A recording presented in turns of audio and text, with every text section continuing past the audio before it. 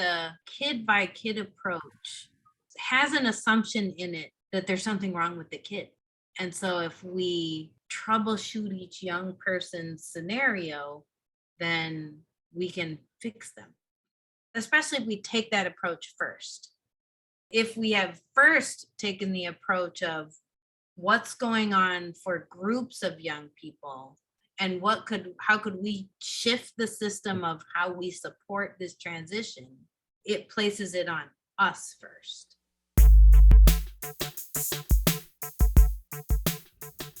This is High Tech High Unboxed. I'm Alec Patton, and that was Sarah Howard, Senior Director of the Partner School Network with the Network for College Success, or NCS. My colleague Stacey Caillier, head of the Center for Research on Equity and Innovation at the High Tech High Graduate School of Education, sat down with Sarah and NCS Director of Equity and Impact, McCain, to talk about something pretty amazing that's happened in Chicago public schools. At the heart of the story is something called On Track. It's a measure of whether a 9th grade student is on track to graduate from high school.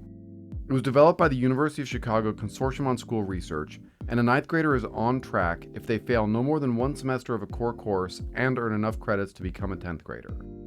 In 2007, only 61% of 9th graders in Chicago were on track to graduate. 10 years later, in 2017, that number had risen to 89%. The story of how Chicago achieved this has been told in a book, The Make or Break Year, by Emily Crone Phillips, and it's inspired lots of improvement projects focusing on the transition from 8th grade to 9th grade. One of those projects is the CARE Network, which started in fall 2021 and which is run by the High Tech High Graduate School of Education in partnership with the University of California, San Diego and the California Math Project. Stacey's one of the people working on that, which is why she really wanted to talk to Sarah and Del. She had some very relevant questions for them. I loved listening to this conversation. To be honest, I've not been at my most hopeful over the past year, just generally speaking, but Sarah and Del made me feel really hopeful about what schools can be. Before we get to the interview, 2 quick definitions. First, you'll hear the initials CPS. They stand for Chicago Public Schools. Second, you'll hear the phrase, the 1F list. That's a list of 9th grade students who have 1F but are passing the rest of their classes. That's all you need to know. Now, here's the interview. Sarah and Del, I am so excited to talk with you. Many of us have heard about the work in Chicago to improve the percentage of students who are on track to graduate by focusing on that critical 9th grade year. That work has been featured in the news, in articles, in a fantastic book called The Make or Break Year, and it's inspired many districts and networks across the country to get better about knowing which students are struggling and develop systemic ways for supporting those students as they transition to high school and beyond. You both have been leaders in this work for a while. Sarah, you are currently the Senior Director of the Partner School Network with the Network for College Success at the University of Chicago. And Del, you are the Director of Equity and Impact at NCS. So together, you've had over 3 decades of experience on the ground in schools as leadership coaches, as school leaders, as teacher leaders. And I initially reached out to you because we have our own 8th grade On Track network, and we were really grappling with how to balance the need for larger systemic changes that could impact large groups of students with the need to support particular students who are really struggling. And you had so much great advice to share from your experiences that I essentially was like, can I talk to you again and record it so that more folks can hear what you were doing? So that we all can do better work in improving systems for greater equity. So thank you truly for being here. Thanks for having us. Absolutely. Look forward to it. All right. So before we jump into the nitty gritty of what that work actually looked like on the ground and how you all supported it, can you help us just get grounded in who you are by sharing with us your identity markers and how you came to this work? So I am Sarah Howard. I'm a lifelong Chicagoan. I am a Whitney Young Dolphin. Chicagoans will get that reference. And 50-something-year-old white woman. I am the mother of a daughter and a bonus daughter, both young Black women.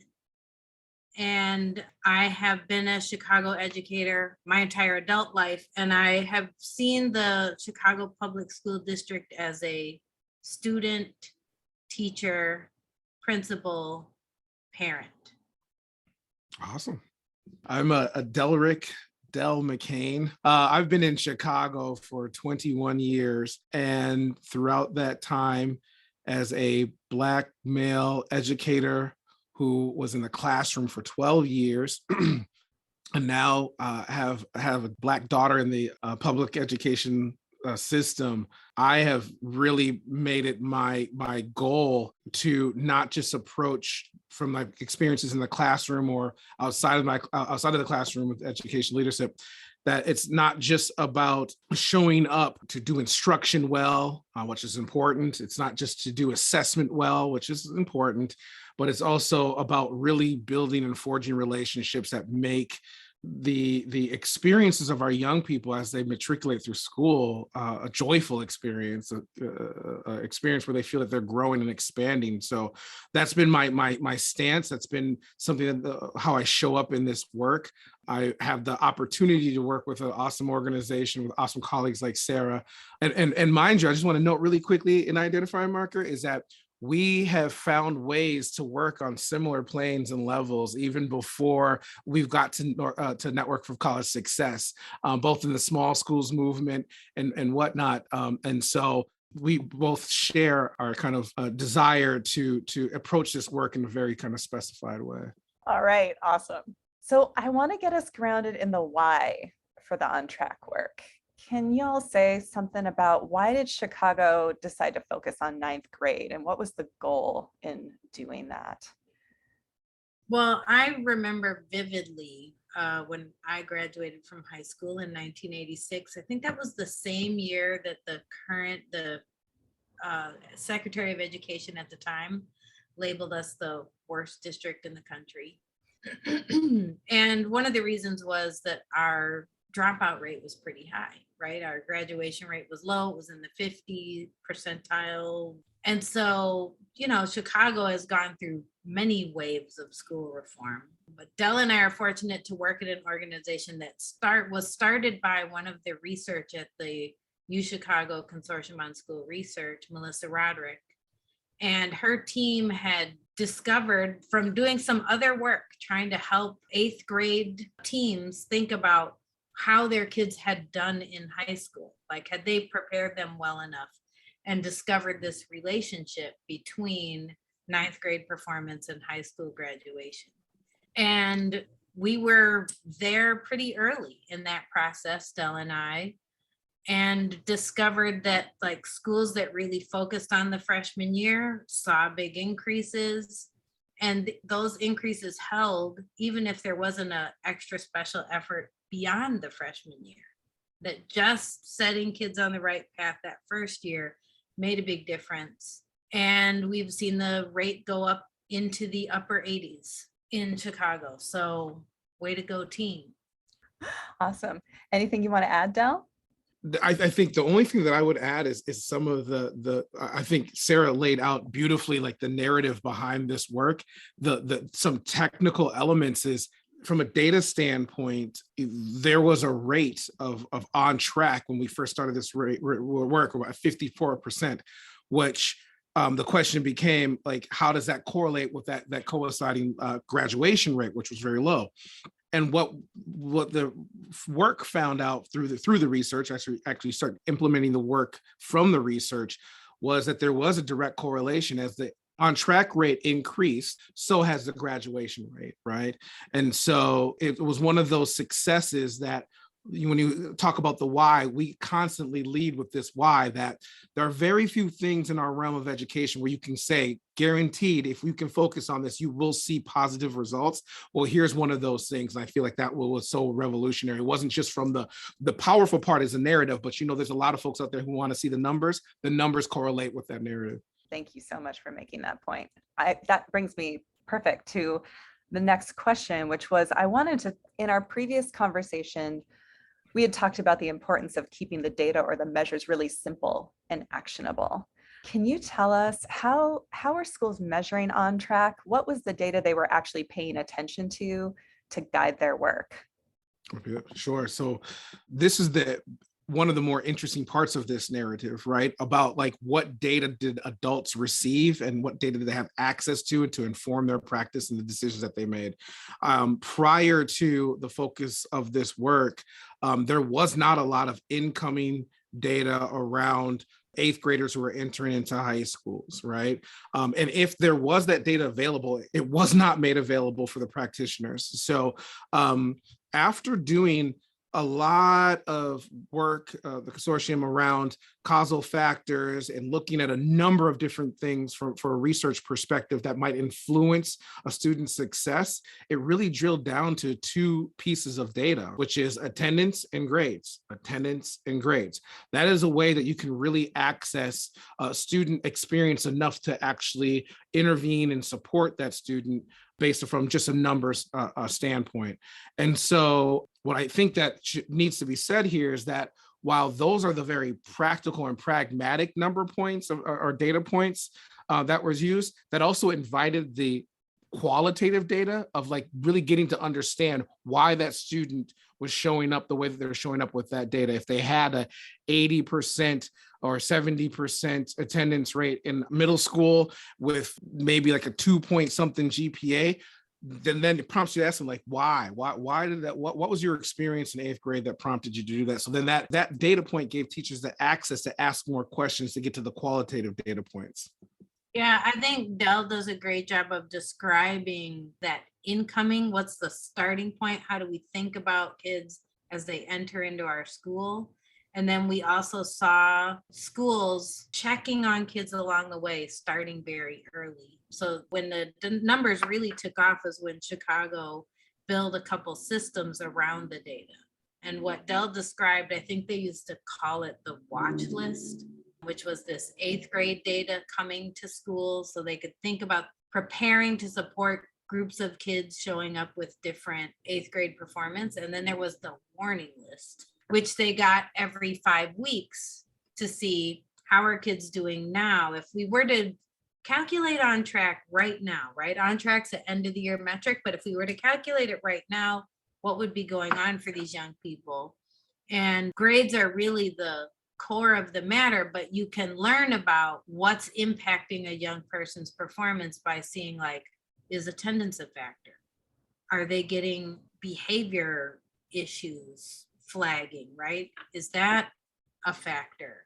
So we would look at other things. You often hear our schools talking about BAG reports, behavior, attendance, grades. Mm-hmm. So they could get a sense of like, where are kids tripping up and how could we take those obstacles away or support them? I just want to add though too, that attendance and grades does not correlate with on track, because on track by itself is that very specified metric. But I think when you're doing progress monitoring around the metric, and again, the definition for Chicago on track is making sure that it's about credit attainment and making sure that you're failing no more than one core class per semester. And so it's a cumulative metric. And I just want to make sure that we get that clarity, because even when we were starting out this work, it was very important that we made that distinction for our practitioners, that when you're looking at the attendance and grades, that feeds into the actual metric of on track, but that is not the on track metric. Yeah, I think that's so helpful. I'm glad you brought that up, because I think one of the things I was really struck by is that it would take a lot of work for a teacher to like calculate on track metrics in their head, but yet I can look at my grade book or my student information system and see like which students have 1F or more, and I can focus my work on those students. So just the simplicity of focusing on like, who are the students who have Fs in core classes, I think was so helpful to us, like in talking with you all about how do we make this like really simple and actionable. And I also was really intrigued, y'all had mentioned that you eventually came to focus on 3.0 GPA or higher, because when you analyze your data, you found that 90% of kids who graduate with a 3.0 start with a 3.0, and that actually very few start low and turn it around. So that GPA threshold became an important indicator too. Is there anything else you want to say about that? I would just add that the reason we were even thinking about a 3.0 GPA to begin with is there's another piece of research from the consortium that shows us that that's the point at which we move to over 50% of high school seniors persisting in college. So that high school GPA is a big indicator of what happens after high school. And so it was like, okay, well then how do we get kids to the 3.0 GPA in high school? And it turns out you got to help them start that way. Yep. And if I could just add with that, because this is that as you discover a thing, the beauty of this work is that you're going to ask more questions and do more investigation. And it was really astonishing. The focus also was doubled down by, regardless of how successful of a student that you were in 8th grade, the overwhelming majority of students saw an attrition or loss in their GPA from 8th grade to 9th grade. So even if you were quote unquote on track, we were still doing students such a disservice at a moment where they can recreate themselves, basically giving grade information and data that's saying that you are less than you were a year ago, which just doesn't make sense. And we're talking some astonishing numbers, 50% loss in GPA to particular demographics. And speaking directly from the as a Black man, 3/4 of Black and Latinx boys saw a significant decrease in their GPA. So that's why once you unearth the one causal factor, it just led you to really understand another causal factor, which had deep implications. And what's critical about that point is that young people aren't substantially different from June of their 8th grade year to September of their freshman year. So the difference between those 2 points in time is the school that a kid is in. And one of the things we say frequently, because everybody wants to talk about like, well, what else could be the problem? Like looking out there somewhere. Oh, so in school, they didn't get prepared well enough. We love that story in high school. They didn't get prepared well enough. Well, it turns out you can't high school proof kids in 8th grade. The problem is that in high school, we are supporting young people not well enough, especially in that transition. And no matter what their 8th grade teachers did, kids are still vulnerable to that transition and our inability to meet them where they are as high school teachers. And that's what that GPA drop is showing us. And we're especially bad at it for young Black men and young Latinx men. And so we've got to look in the mirror and do some work. It's almost like you're saying the system is perfectly designed to get the results it gets, Sarah. Stacey, it's like you're reading my mind. That part. One of my much loved colleagues, Dr. Michelle Pleasure, talks about how we don't have deficit students, we have deficit systems. We need to stop looking to the students to figure out what we need to fix. They don't need fixing. We need to fix our systems. Amen. Okay, so now I want to get into the weeds with you both. And I just want to hear a little bit about like, what did 9th grade on track work actually look like on the ground? And if it's helpful to talk about a particular school that kind of stands out for you, that's great. Just paint a picture for us. I'll start from the collective global level, and then we can I would love to drill down to what that looks like at a school. The biggest hurdle, I think, when starting this work was just getting practitioners, teachers, adults in school buildings to talk with each other and collaborate with each other in very intentional and, at this time, unique ways, right? So instead of convening adults in schools to go through lists of reports and telling them the do's and don'ts of what they should do, let's create professional learning communities that are taking on problems to solve, and they're using data to solve those problems. And then through the initial implementation of that with schools and individual schools to say, bring some adults together, give them some sacred space and time, give them the data that they need so that they can have these conversations. No school should be doing this in isolation. So then the next level would be, or the next step was, how do we bring schools within Chicago together to share experiences, to share best practices, to share dilemmas that they're facing and experiencing? Because then that created that collective spirit and energy around this work. And so the first ask was to team differently, get folks together, remove barriers so that they could team differently, give them time and space. And then how do we provide opportunities for people to network differently, right? Right now, I feel like improvement science is that thing. It's really driving a lot of the conversations. Prior to us being very well versed in that language, we were creating, if you will, improvement networks to get schools together to say, try something out, bring it back to our group and figure out what we can learn collectively from it, right? And then the other big lift was, especially at this time, I'm hoping and thinking it's changed quite a bit, but pre-service programs did not give us all the tutelage that we need as classroom practitioners to process data and to process data in a way that makes it actionable. These spaces were professional development spaces for us to start getting in the practice of us all being comfortable with using data to shift our practice, right? And so a big mindset shift had to happen from a collective standpoint, which is student outcome data isn't just student outcome data, it is actually a reflection of your practice, right? And so I felt like that transition, which really needed to take, you couldn't do that just with individual schools. You need to have a kind of a collective understanding about that, right? That is one of those key shifts that occurred while people were trying to develop their teams that really influenced the culture, if you will, of CPS. So for a while, before it became so prominent as it is right now, CPS was really starting to create improvement networks through this work and getting folks together to use data in ways that they had not used it before, to actually make them more efficacious and more empowered to make changes. And I think that that's best reflected. And I think Sarah and I, have opportunities to talk about this quite a bit because we lived in this experience. We could see that shift in one of the schools that were a part of our larger, which we called at the time Success Team Collaborative, Tilden, which has been highlighted in Make or Break here. It's one of those success stories that I love to learn from because it took a systems approach, both on a collective district level and even in a school level, systems approach to make this work. Yeah.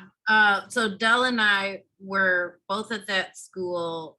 I coaching the principal and he coaching the lead of a freshman success team, as well as in Tilden, they had a whole system of grade level teams, which they called pods, and all the pod leaders met together. So when we recognized that the freshman team was part of a larger system or structure, we thought like, well, we can't coach at the top and ground level when there's this middle structure driving what's happening. We're going to need to touch that too, right? So we can see the whole through line. I think that the one thing I would say, one other sort of piece of our guiding principles is about how we use data, not just that there is data, right? Del mentioned one aspect of it, which is it has to be actionable. It can't be so far away from us or so infrequently connected or collected that we can't do something with it and act on it. But another piece of the pie is we have to view data as the start of an inquiry process, not the end of it, right? It's not giving us answers, it's giving us entry points into like, what might be going on here? How else could we find that out? And the answer to that is frequently talk to the teachers and the young people, right? So at Tilden, basically they had a team that met, I think they met monthly. Del was in those meetings and then he would meet with the lead periodically. I met with the principal. And in those meetings, they basically would look at that point in time on track data and try to think about, it mattered that at the time they had a data strategist. So it wasn't like, here's a raw list of every freshman and their grades. Let's try to figure out the patterns, right? Someone spent some time ahead of the meeting saying like, yo, here's the data and here's 4 patterns I'm noticing. So that the conversation could start there at the patterns. It mattered that that work happened outside the meeting space. And rather than the teachers spending a bunch of time thinking about what do we do about attendance interventions, right? That was handed off to a different team so that the teachers could be thinking about what do we do in our classrooms. Del, you want to add to that? Another example, because I think I appreciate you setting up that example, which I feel like is important because it typically led to another conversation, which would require the way we have to partner in schools, which is if you also receive data and you saw high failure rates in one class, working towards getting, first of all, to the comfort level, if you will, to actually identify and socialize that that's a reality. But then knowing that there could be a potential mindset behind the teacher that's giving all those F's, the issues there. You couldn't just rely on a lead of a team to shift that mindset. It took a collective systems effort where that lead would have to manage up and have conversations with administration to get support on how do we really start changing not only just the practice and assessment behaviors, but also some of the mindset work that has to be done and making sure that people are not handing out like 50% failures in a class or even 40% failures in a class, right? Without any justification. So our work together, that's kind of how it looked. Like if you would see something like that, how do I work with the team lead to manage up to the principal? And then how can that principal and AP support the team to actually do some mindset work, shifting work, some more instructional assessment work or whatnot? And that's what kind of was provided from that level of leadership. Yeah. I do think that like it takes time for a team to take ownership over the students' performance and the practice of looking at their data, trying things and seeing some change helps them realize like, oh, wait, I have some efficacy here, right? Like I actually can change what happens in the classroom. And during that time where they're building that sense of collective efficacy, they're also learning to trust each other and say real talk to each other. But that doesn't happen immediately. And if you go too quickly, it can damage the trust where like, oh, this is a place where I get burned by my colleagues. I'm going to just sit there and be quiet or grade papers or not even come. And so it was important to strategically like hand off the accountability talk to the principal early on. Like if we notice that a big chunk of our off-trackness comes from one teacher's class, instead of us all ganging up on that teacher, like that's a strategic conversation that needed to happen somewhere else. So that person doesn't feel attacked, right? And they have some opportunity to really reflect and enter the work differently. So we have to think about both the development of the young people and the development of the adults and the development of them as a team. Yep. And I remember in our previous conversation, Sarah, that I think it was like, as it was ending, I was like, is there anything else that you want to make sure we know? And you were like, the biggest factor in the success of teams is the admin. And is there anything you want to expound on in relation to that? Like when you saw teams really taking off or not taking off, what were leaders doing or not doing that we should like keep in mind as we're supporting this work? I feel my partner. Go ahead, Del. Okay. Administration, leadership, they are the condition setters. They are the essential condition setters. That's the reason why it's so invaluable. They remove barriers. We hear it a lot now as we bathe a lot in improvement science world, right? And being sponsors and the importance of sponsors to work. Administration is that, and that's the key role. Most important, what I've saw, you can have an administrator say, this is my vision for the work. And that's almost as good as if they do or they don't say how they're setting conditions for that vision to be lived, right? So you could actually have a leader that doesn't say anything about the vision for freshman on track work or on track work in general. But what they have done, which speaks much more louder, is I've designated this sacred time. I've created a master schedule where this group, this sacred time, they meet routinely. I have worked and created avenues and pipelines for data sources with the either district or network data specialist, or if I have one and I'm lucky enough to have one in house, I've created space and opportunity for them. I've given a extra prep to the team lead so that they can do their professional development that's necessary. All of these conditions, that is actually what screams louder about the vision of the work than the actual saying, I have strong vision for this work and this is what I'd like to do. And I think that that's the key role there. And again, I got to reiterate, and to remove barriers, because let's just simply say that within any district, especially a district as large as Chicago, there's going to be always a lot of competing priorities. The administrator is the one who quiets all that noise and say, this is what our focus is. Yeah, I hope whoever is listening, rewinds that section and make a list of that kind of stuff, because those moves by administrators are critical. Another one we talked about before is really thinking about who's teaching freshmen. And, are these people who have a deep understanding of adolescent development, understand what are the developmental tasks for 14-year-olds, and enjoy meeting those kids where they are in the tasks that they're taking on. They're trying to gain independence. They don't really have their frontal lobe yet. You do have to be their surrogate frontal lobe, which means we need those highly organized teachers in the 9th grade who help kids keep track of stuff. We need the people who give second chances, right? Who know that revision is where the learning happens, right? Not the first attempt. And that's just sort of their standard way of operating. And so we look for who are those people and recognize the pivotal nature of the freshman year, and that it's not about, we need to make sure those teachers are with seniors. Nope. In fact, we need to make sure they're with the freshmen. Yeah. And if I could just add a little bit to that thread as we riff, because prior to the narrative is that the people with the strongest understanding and implementation of instruction and assessment, well, let's kick them up to seniors because they've earned that right of doing the work.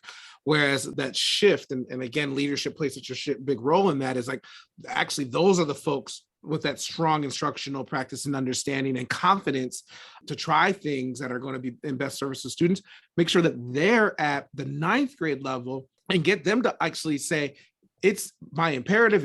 I have a very significant role of setting the trajectory of success for this young person's life, right? Whereas by senior year, I'm not saying they're fully baked, but they've experienced enough school. They've gotten to that point, I play such a really, really integral and important role in this young person's life, and to get those folks there. Yeah.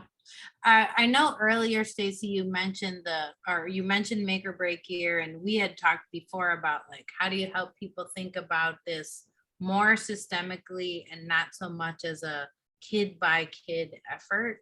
And it's really important to approach the work that way, especially in schools where initially the off-track rate might be higher, right? So if you take the kid by kid approach, this does not seem doable at all, right? Because I can't go troubleshoot one kid at a time. We don't have the staff capacity for that. Yes. Right. So it's really important to think about, how do we group kids? Del mentioned one earlier, which is we look at their 8th grade performance and think about who really knows how to do school well already. What does that mean they need in terms of transition supports? Who was really struggling in 8th grade? What might they need? What extra touch on the way in, or experience in the fall? Do we create a mentor program for that smaller group of kids? Because we expect they're going to have some challenges. And then during the year, it could be things like we talked about the 1F list, right? This is something that really builds the sort of holding up the mirror for teachers. In high school, I can remember thinking as a high school teacher that all I knew about the young people in front of me was how they were doing in my class. And the number of times I had a mind-blowing experience when I would hear about this same young person from another teacher, it was what? They're, and it could be either direction, they got an A in your class? They're what? They're working that hard? Or wait, they're acting up in your class? They're so good in my class. What's happening? Right? So we get that like multi-perspective view of young people. The 1F list, if I have kids on that 1F list, it tells me really clearly this young person knows how to do school. So what's off is our connection, my support of the young person, not them. And that experience can be like an important catalytic experience for teachers.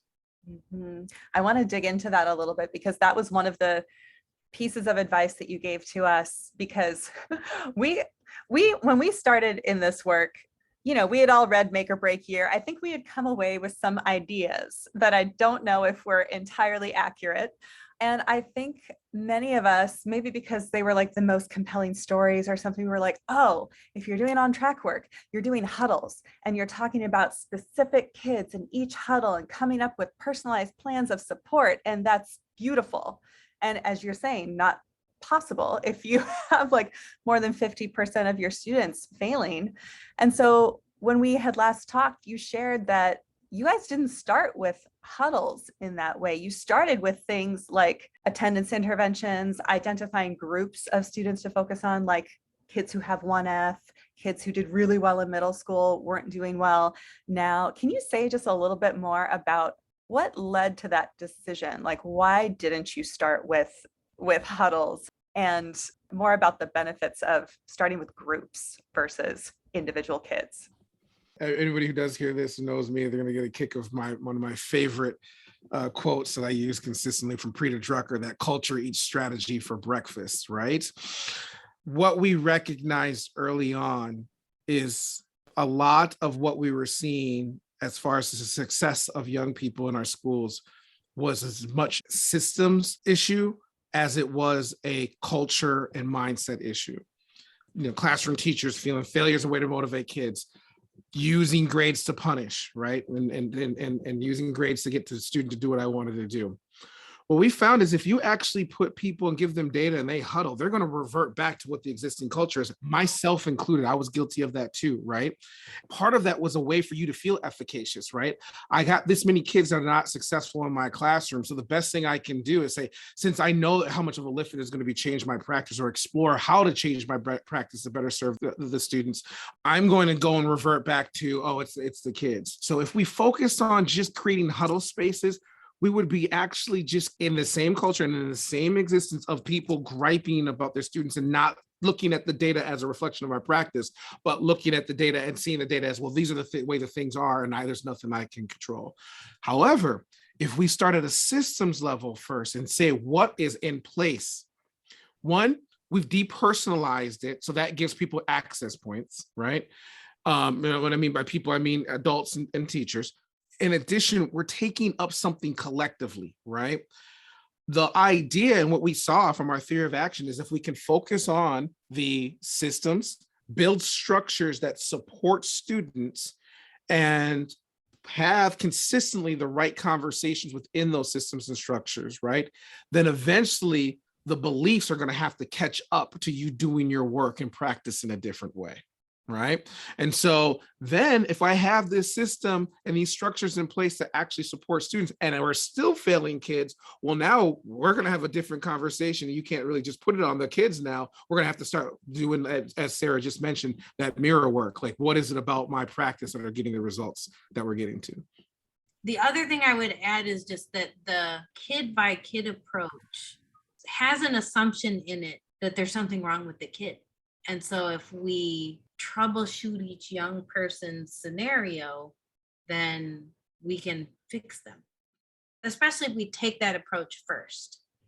If we have first taken the approach of what's going on for groups of young people and how could we shift the system of how we support this transition, it places it on us first. So I think that's kind of a critical pivot that we're trying to get people to make in the way we approach the work. Yeah, I really appreciate that. One thing that I was really struck by in our previous conversation too. You named several system moves that y'all were kind of like making a bet on. One being like, let's put our strongest teachers in ninth grade, because the data is showing us actually that even if they don't have strong teachers later on, if we set them up well in ninth grade, they're good. There was also this idea of pushing on grading and how teachers think about their grading practices. And I know many folks who are doing on-track work right now are really thinking about how do we push on more equitable grading practices within schools. Can you say a little bit about how you all approached that? Because you took a more strategic approach, I think, than many of us are, where we're like, read this book and now change your practices, please. But you were really scaffolded in how you approached it. Can you say a little bit about that? Well, I'll start and say that I think our earlier comment about the importance of the 3.0 GPA launched us into this line of inquiry and work.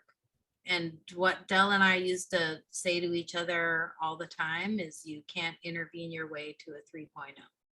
And by that, we mean a lot of what would happen in a freshman success team is we would think about these groups of students, and then we would come up with interventions that take place outside the classroom. Somebody's going to go talk to their parents about attendance, not from our team, but from that other team we talked about. Or we're going to have tutoring of this or that kind that happens at this or that time, and we're going to spend a bunch of energy organizing that, or we're going to have a mentor program. But it was all things that were designed to help young people complete the work that their teachers were assigning, but not change what was being assigned, how it was being graded, or any of that. And that is really pretty effective at preventing failure. And let me just say that even in that universe, we saw not just less Fs, we saw all grades go up. We saw more kids on track. We saw their standardized test score on the ACT, the average, go up a whole point, right, by their junior year, because more kids were in school more of the time learning stuff. But even though the GPAs went up some, right, they're not going to get to where we need them to be if we don't really take up where the learning happens, which is classroom practice, instructional practice. So I think like how we got there is an important piece of the pie. People had to realize the importance of getting that higher GPA in freshman year and the foundation that it laid for life outcomes, not just for your high school GPA, but then like what you do after high school. So that was an important foundation, and it got us into thinking about, so what are we doing? What are we doing in our instruction? How could it look different? The only thing I would add is giving the adult learner's perspective on this. We lean into NCS's guiding principles about building capacity, and the fact that the true belief that adults working within schools, practitioners, they have everything that they need to solve their own problems, and we just need some thought partnership and support, right? Really believing that, because again, going back to this culture piece, at the beginning stages of this work, I was still in the classroom, and I experienced the district to be a very top-down district where you're mandated to do something is given to you, you're expected to do this thing, instead of being your own problem solver. Because while this work required systems thinking, each individual school and campus and community had their own individual situations and problems even within that system, within those structures, right? And so giving people the opportunity to be efficacious enough to develop their own systems approach and take their own risks to try their own things out, I think was one of the strongest catalysts that make this not just some work, but a movement. Because people could honestly say, we did that. We were the ones who changed our FOT, or freshman on track rate, from 60% to 80%. And now we're going to set goals because we know we can till 90. So that kind of ushering in a different way of being, if you will, within a district that for a while had operated in another way. I really appreciate that, because one of the things that's sitting with me, going back to your point about the importance of culture, and how teaching itself is kind of designed, unfortunately, to be a fairly like isolationist experience. And so part of what sounds like you're trying to do in this work is just create collaboration structures that actually work for folks. And I was really struck in just hearing about when you guys first started doing the work around equitable grading. It wasn't just like, hey, change your grading scale. It literally started with just like, let's just like reduce some confusion for kids. Let's just all like develop some common policies or common practices just so that kids are less confused going between different courses and teachers. Just, it made me think about just the importance of creating coherence for students. And then from there, once you get on the same page around like, how do we create coherence? Then you can start to really push on like innovative grading practices and shifting those policies, but even just getting people to the same place of, can we agree on a coherent structure for kids, feels very powerful. It is, and it starts the process of surfacing what we believe about our role as teachers, how we believe young people learn, what we believe they need from us. So that exercise you're talking about of really centering the young person and their experience. What is it like to go from being in 8th grade, even a departmentalized 8th grade, and have, 3 or 4 teachers, to having 6 or 7 different teachers, all with a different grading scale, different expectations, different policies. And I've got to try to navigate all that. Plus I have way more classes, plus I have to get myself to school. Like, it's a really different universe. And so we can make 9th grade more of a transition by bringing some coherence to their experience. By some schools even do a freshman seminar where they give that extra support on the executive functioning, teach them about how to do school, not just the content of particular classes. And when we get into that conversation, people start to talk about what they think are their non-negotiables, right? Well, they start to talk about holding kids accountable. And that, my friend, is where the rubber meets the road, right? That is where our whole selves show up.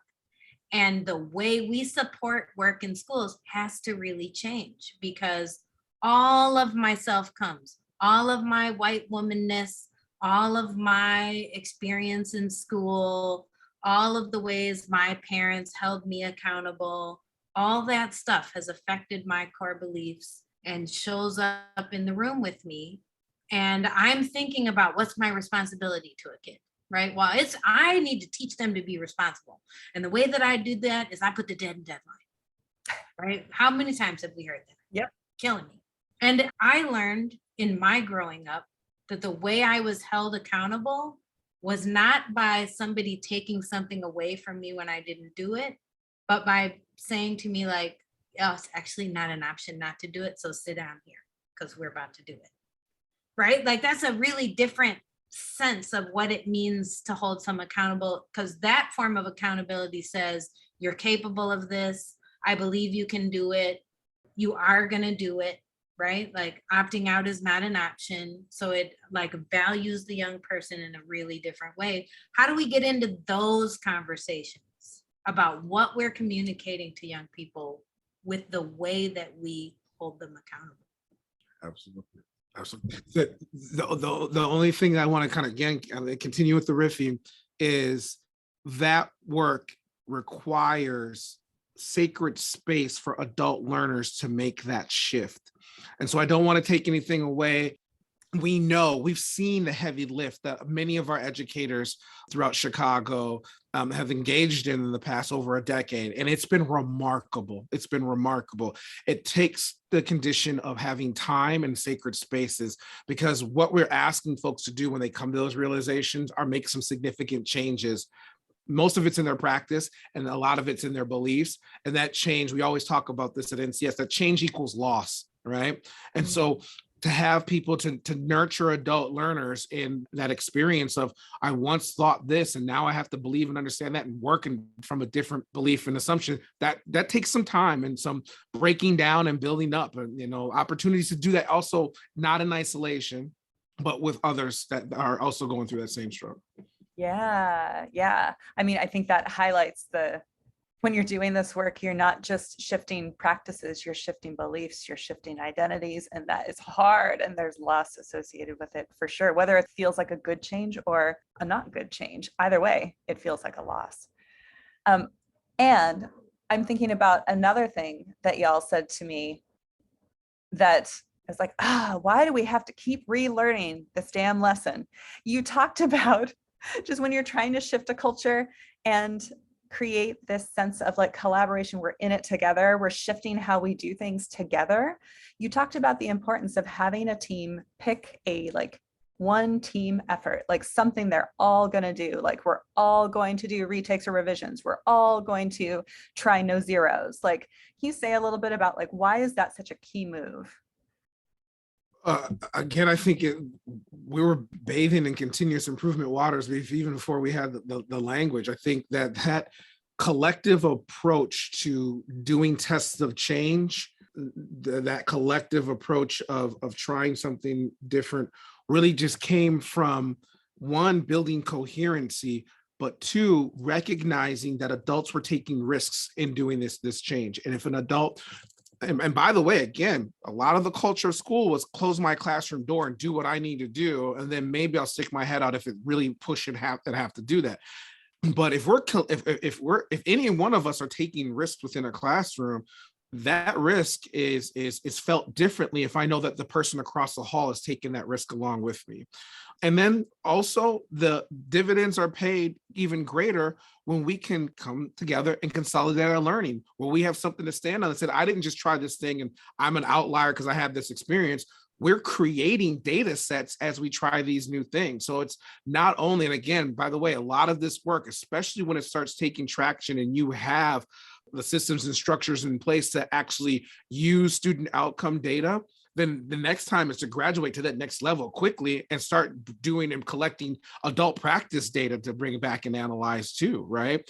But again, if you do that in isolation, you're creating a completely different dynamic. And most important, it's about the energy that you can build around that work, right? And so again, asking people to be vulnerable and take risks and try something different, it needs a certain level of energy to enable to sustain, to take the next risk and learn from that, and then take the next one and take the next one.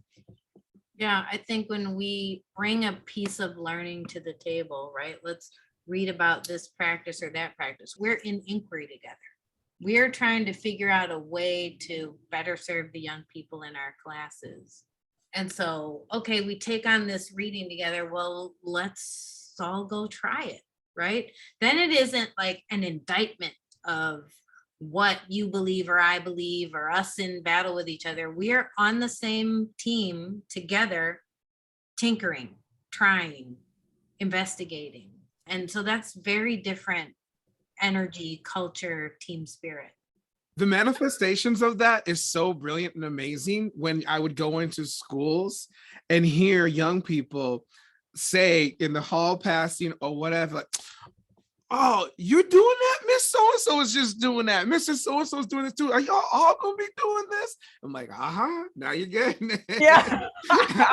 Or they heard the same message after the kid has been, discussed as far as support goes. Like, I just heard the same thing. And we're talking about that coherency. It's also that continuity that our young people need. So I just want to name, like, it's a beautiful thing.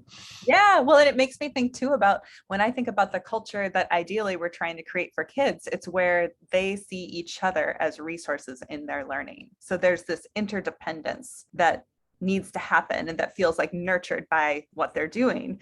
And ideally, adults would feel that same sense of interdependence and like, right, we are resources in each other's learning. That's why we're here. Like whatever we're trying to create for students, we are trying to create for adults in our schools too. That is really beautiful in the examples you both just shared. So thank you. Okay. One critique that I've heard of on-track work is that the focus can become changing students instead of changing systems, which is something that we've already talked about a little bit, but that it can become kind of this push for compliance versus shifting our systems or practices. So super classic example, students missing a lot of assignments. Common response might be, pushing that kid to turn in work instead of questioning whether the assignments are meaningful in the first place, or if we've created the conditions in our classrooms or schools where students can learn and be successful. So I'm just curious, can you guys, I know we've touched on it already, but can you just riff on that critique a little bit? What would you say to that? The first level of understanding needs to be that every student who's not successful is a reflection of my practice. And so the big thing is this idea of quote unquote changing students. I think our primary focus is not necessarily about quote unquote changing students, but it's about first and foremost making sure that in that current environment the students in, that they have an avenue for success. Now, that is not giving anything away or lowering a standard, but they're saying that we have enough supports in place, and it's very clear that every student who wants to be successful, we have an opportunity for them being successful. And then that will invite some more questions, right? Because when we talk about this work, we don't call it freshman on track work. We've always called it either transition success work or freshman success work. And that work doesn't entail us meeting a particular metric around freshmen on track. It really begs the question of, we are responsible for the trajectory of this young person's success throughout at least the 4 years of school. And if we really internalize the research and understanding, we're actually talking about for the rest of their life in school, right? That's our responsibility. So the question becomes, what in our practice are we doing to support that charge, to support that imperative that we're all kind of called to focus around and do? If the answer to that is then change the students, well, then you're already got somebody out there who doesn't really understand what the work is that they're trying to do. So when we're talking about changing students, I like to always try to usher in language in is that what behaviors, what habits of hearts and mind cultivate greater success in students? Do you think that students are baked here just coming in that way? Or is it your doggone responsibility as an adult who's got a 4-year degree at least to go ahead and be a causal classroom practitioner to support the development of that, right? So then I think we've immediately now said that really what is it that we're trying to change? Is it the student, or are we trying to change the environment so that it actually does what school is supposed to do, which is support the development of young people so that they are autonomously successful? Yes, indeed. We started with the right person on that question. Two thoughts that come up for me listening to my colleague, our Melissa Broderick, our core researcher. She always used to say that we're teaching young people how to work. So getting into a like, just turn this stuff in mode doesn't teach them that. That teaches them to hurry up and hand it in, right?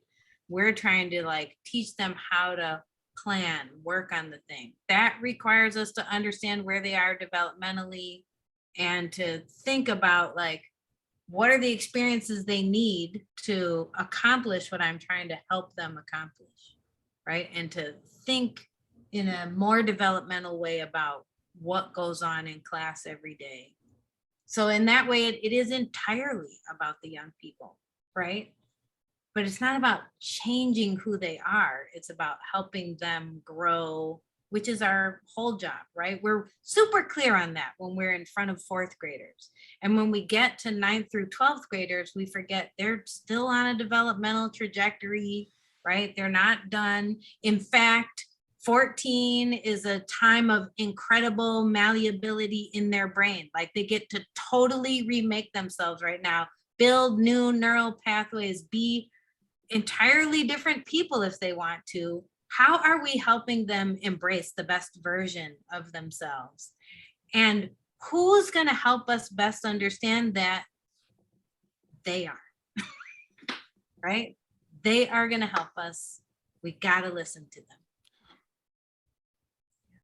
Okay. I feel like that was kind of a drop the mic, but if you have a closing thought or challenge you want to throw out, please do. Well, since you phrased it that way, I would say, given where we are with time, and what I mean by time, I'm not talking right now, I'm just saying it's the trajectory of the past experiences in the past 3 to 4 years, right? it is important for us to continue on focusing on what matters. I think it is easy for us as professionals to see a challenge and to be immersed in a challenge and to want to come out of the nasty feeling of the work that it takes for us to kind of push through that and revert to ways of being that make us feel comfortable, but also don't really acknowledge the progress that we have made or the opportunities that we have available for us, even though despite we're going through challenges. So I'll speak very plainly and just say that focusing on what matters a lot of times is going to feel very challenging in these times, but it still matters. And it's also going to pay the greater dividends for why we're jumping into this work in the first place. But if we go back to just trying to do things as they were before, just because it makes us feel comfortable, we're going to have to pay something different later on. So let's, at this point in time, recognize that this is the time to double down on things that may be a little bit challenging, especially given the circumstances, but also are very, very important. Yes. In the spirit of the symmetry that you invoked earlier, Stacey, I hear my colleagues saying, as adults, we are also not fully baked, that we get to grow, change, and develop as well. Amen. And as we all know, growth and change is uncomfortable. But if we enter the profession the way I know most teachers have, which is not just to have a job, but a calling to really impact the lives of young people. If we are serious about our original intentions, we've got to take up that personal work. Thank you so much, both of you, for sharing your experience and your wisdom, and just for leading this work for so long and to be continued. High Tech High Unboxed is hosted and edited by me, Alec Patton. Our theme music is by Brother Herschel. Huge thanks to Stacey Caillier, McCain and Sarah Howard for this awesome conversation. Thanks for listening.